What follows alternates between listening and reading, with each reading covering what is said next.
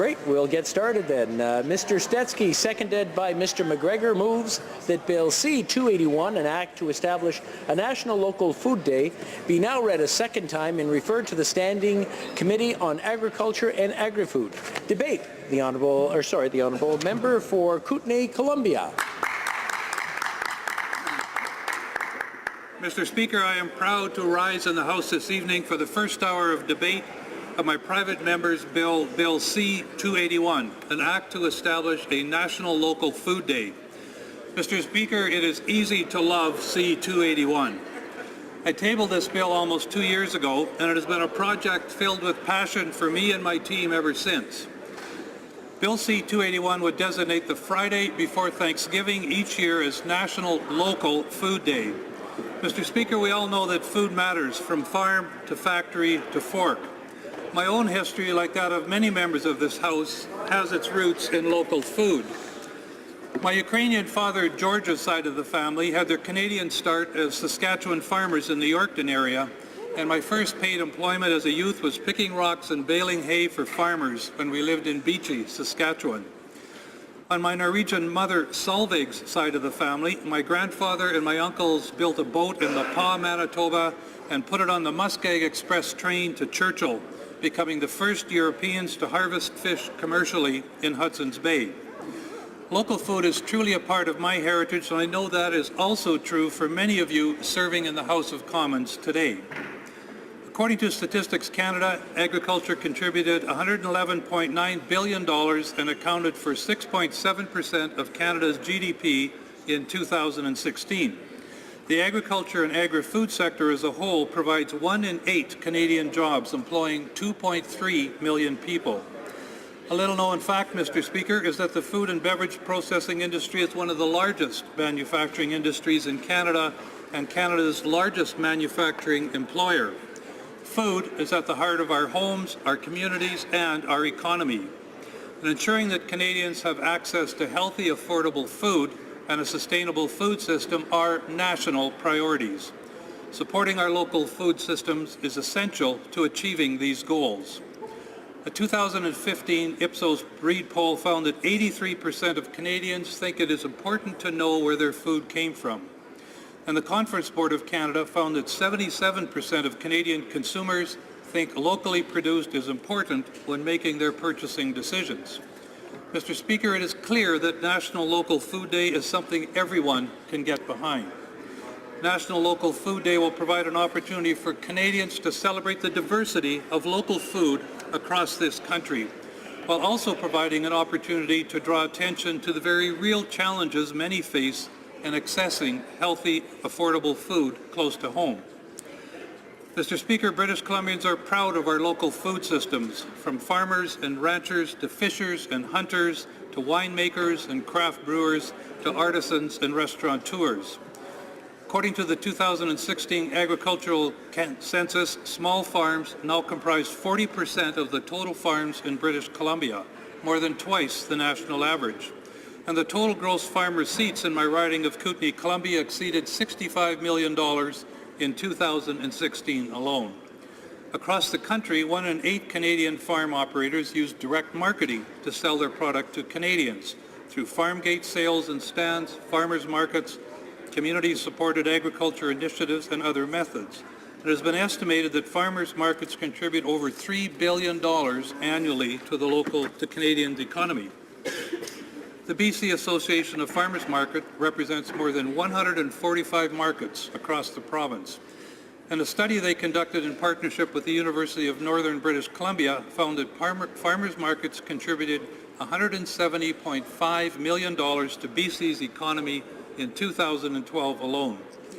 The association estimates that most markets are started by community members wanting to increase access to fresh, seasonal produce in their area.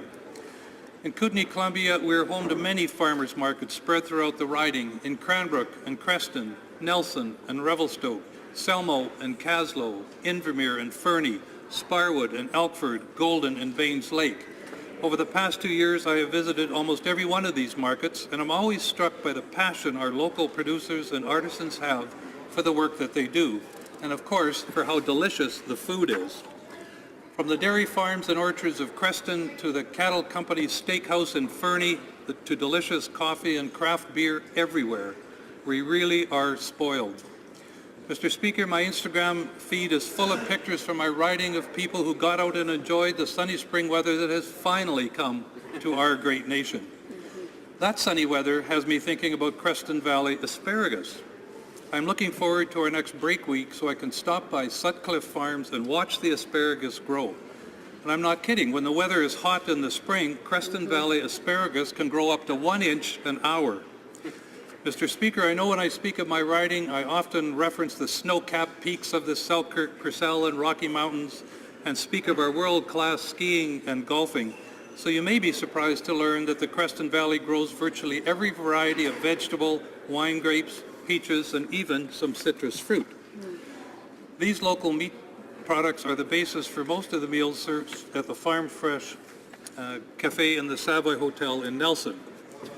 Mr. Speaker, it's hard to say cafe and Nelson in the same sentence without conjuring up images of the beautiful Oso Negro Cafe, where people happily line up out the door to socialize, do their business, and drink some of the best locally roasted coffee anywhere. I say some of the best because Kootenay Columbia is home to more than a dozen coffee roasters, including the Kootenay Roasting Company in Cranbrook, Stoke Roasted Coffee in Revelstoke, Steam Donkey Coffee in Kimberley, Caslow Bean Roasting in Caslow, Salanta Coffee Roasters in the Elk Valley, Rooftop Coffee Roasters in Fernie, Kootenay Coffee Company in Nelson, Beanbag Coffee Roasters in Golden, Beanpod Chocolate Gelato and Coffee in Fernie, Stolen Church Coffee Company in Invermere, and of course, Kicking Horse Coffee. Kicking Horse Coffee is one of the largest employers in the town of Invermere. Its products are available across North America, and its annual sales are in the tens of millions of dollars. I had the pleasure of sharing a lunch with Kicking Horse's CEO, Ilana Rosenfeld, a few months ago. Ilana is one of those bosses that goes to work every day with a smile on her face because she is passionate about her product, cares deeply about her employees, and is committed to the culture and community that helped shape her. Kicking Horse has 3 times been named a top 15 best workplace in Canada by the global research firm Great Place to Work. And this year, Kicking Horse earned the top spot as 2018's best workplace in Canada for businesses with 100 to 1,000 employees, and was also recognized as best workplace for women and a best workplace for inclusion. Mr. Speaker, you can buy Kicking Horse's delicious fair trade and organic coffee at grocery stores across the country, including right here in Ottawa. And I highly recommend that my colleagues pick up a bag. Just down the highway from Kicking Horse Coffee is Hopkins Harvest in Windermere, a business started out the back of a truck by Fred and Shelley Hopkins in 1995. It has since grown to what I would describe as one of the world's best roadside fruit and vegetable stands. Now, in a year-round market building, customers can pick up freshly smoked wings or amazing pepperoni in addition to produce sourced from local and regional growers. These days, Fred and Shelley's daughter Kirsten and her partner Matthew Larson have expanded the business to include the Hotspot, where customers can order delicious artisan pizza baked in a wood-fired oven and topped with locally produced ingredients, a great complement to local craft beer from Invermere's Arrowhead Brewing Company. And they have gone green with their energy consumption. The roof of their store is covered in solar panels. Speaking of craft beer, Mr. Speaker, in Kootenay Columbia, like most of BC, we are spoiled when it comes to beer crafted specifically for local tastes. Torchlight, Backroads, Nelson, Fisher Peak, Overtime, Fernie, Whitetooth, Angry Hen, all are local breweries serving local restaurants and supporting local families. Craft liquor is also a growing industry led by producers like Bohemian Spirits in Kimberley and Pommier Ranch Meadery from Premier Lake. Mr. Speaker, I know I'm making some members hungry and thirsty, so I will move on. But before I do, I also want to give a quick shout out to the 2017 Canadian Craft Brewery of the Year, Mount Begbie Brewing in Revelstoke, founded by Bart and Tracy Larson. Bert has a PhD in nuclear physics, but as he says, he prefers to make beer, not war, in Revelstoke. Nice. I hope he continues to do so for many years to come. Mr. Speaker, it is clear that along with connecting Canadians to those that grow and produce their food, our local food systems make important social contributions to our communities. In my riding, the Revelstoke Farmers Market has partnered with Community Revelstoke Connections on a food recovery program that has diverted tens of thousands of pounds of food out of the landfill and into the hands of the community's vulnerable citizens. Earlier this month, the Cranbrook Farmers Market was honored as Nonprofit of the Year by the local Chamber of Commerce Business Excellence Awards. And the Cranbrook Food Action Committee is a coalition of committed individuals and local organizations. Their work over the last 14 years has included organizing community kitchens, community food mapping, hosting community education events and workshops, laying the groundwork for the formation of the Cranbrook Farmers Market, and creating the public produce garden at Eric McKinnon Park, where everyone is welcomed to seed, weed, and harvest food. The Golden Food Bank serves more than 100 families every month, including through a food bank garden where volunteers grow fresh local produce for the food bank's clients. They've also participated in local school breakfast and food and recovery programs. And on Saturday, May the 12th, the Golden Food Bank is hosting a Fill-A-Raft food drive and barbecue, where community members will help the food bank fill a whitewater raft with food donations. And participants will be entered to win a rafting trip for two with Glacier Rafting Company. This is a wonderful example of a local community coming together to support a local food system that works for everyone. Creston and District's Fields Forward initiative is a partnership working to support local food and farming in communities from Yaak to Yakanuki to Ryandell. And Creston is also the home to some amazing dairy farms, dairy products, cheeses, and wineries. Fields Forward mission is to foster a vibrant, productive local agri-food system that builds genuine community wealth by supporting and sustaining the community's environmental, indigenous, social, cultural, economic, and aesthetic values.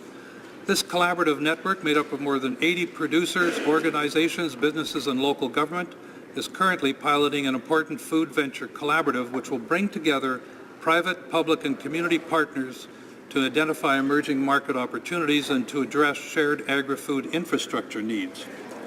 Their mobile fruit and vegetable press project has been estimated to contribute almost $775,000 per year to the local economy. The Conference Board of Canada has said local food can be a way for businesses to illustrate their commitment to local communities and to farmers. And across this country, restaurants and food festivals have made this kind of commitment to local producers and communities by putting the focus on locally grown and locally produced products, and their success continues to grow. In my riding, the West Kootenay Eco Society promotes sustainable food systems through the Nelson Garden Festival and a number of community market events, including Nelson Market Fest.